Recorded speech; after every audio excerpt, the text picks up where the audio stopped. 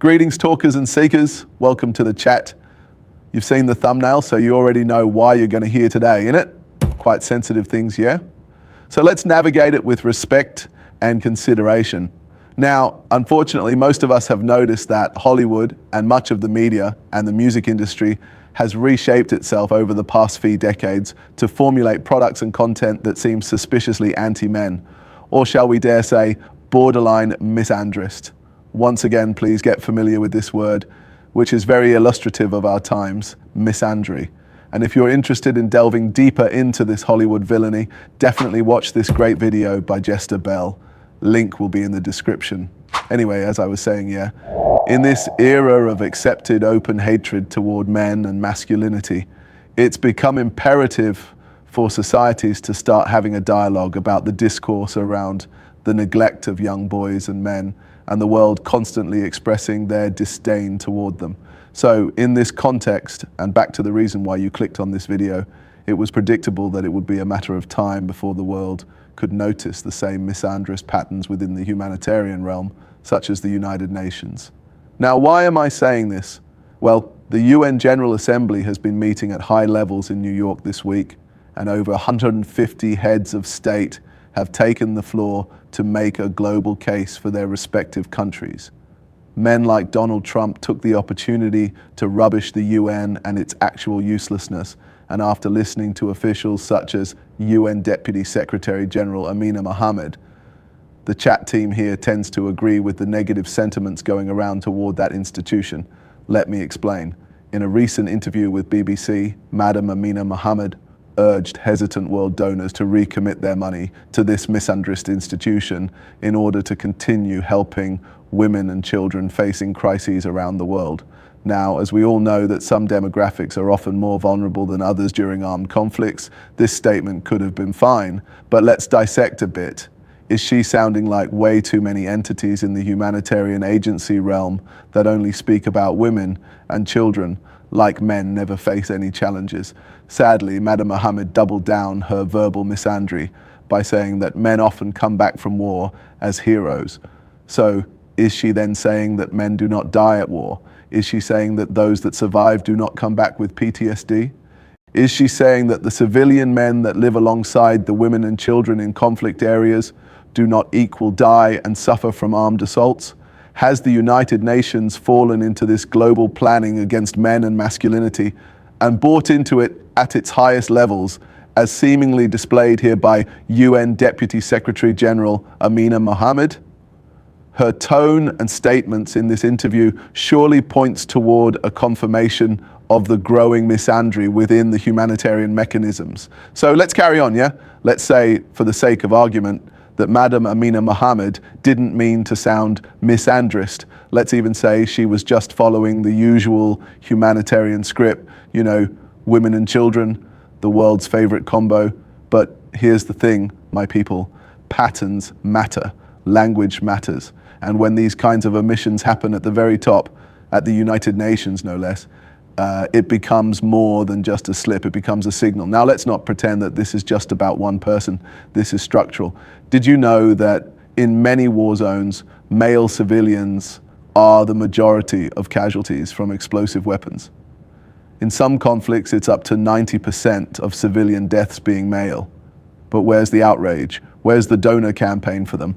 And don't get it twisted. This isn't to play Pain Olympics. It's to ask a very simple question. Why is male suffering invisible in humanitarian rhetoric? The UN has a whole framework, and yes, it's official, called Women, Peace and Security, passed back in 2000 as Resolution 1325. It was designed to spotlight how war affects women and girls, fair enough? But guess what? That same framework implicitly casts men either as soldiers, perpetrators, or just absent, not as victims, not as human beings in need of healing or help, just gone.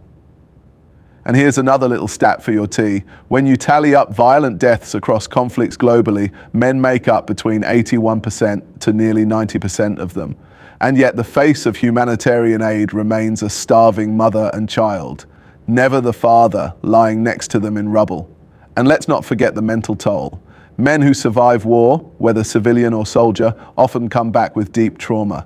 PTSD, suicidal ideation, lifelong injuries, but you won't find many psychosocial programs tailored specifically to men in these zones. They're the heroes, remember? As if being labeled a hero magically erases the wounds inside your skull. So let me ask again, has the humanitarian world, including the UN, quietly bought into the global misandry movement?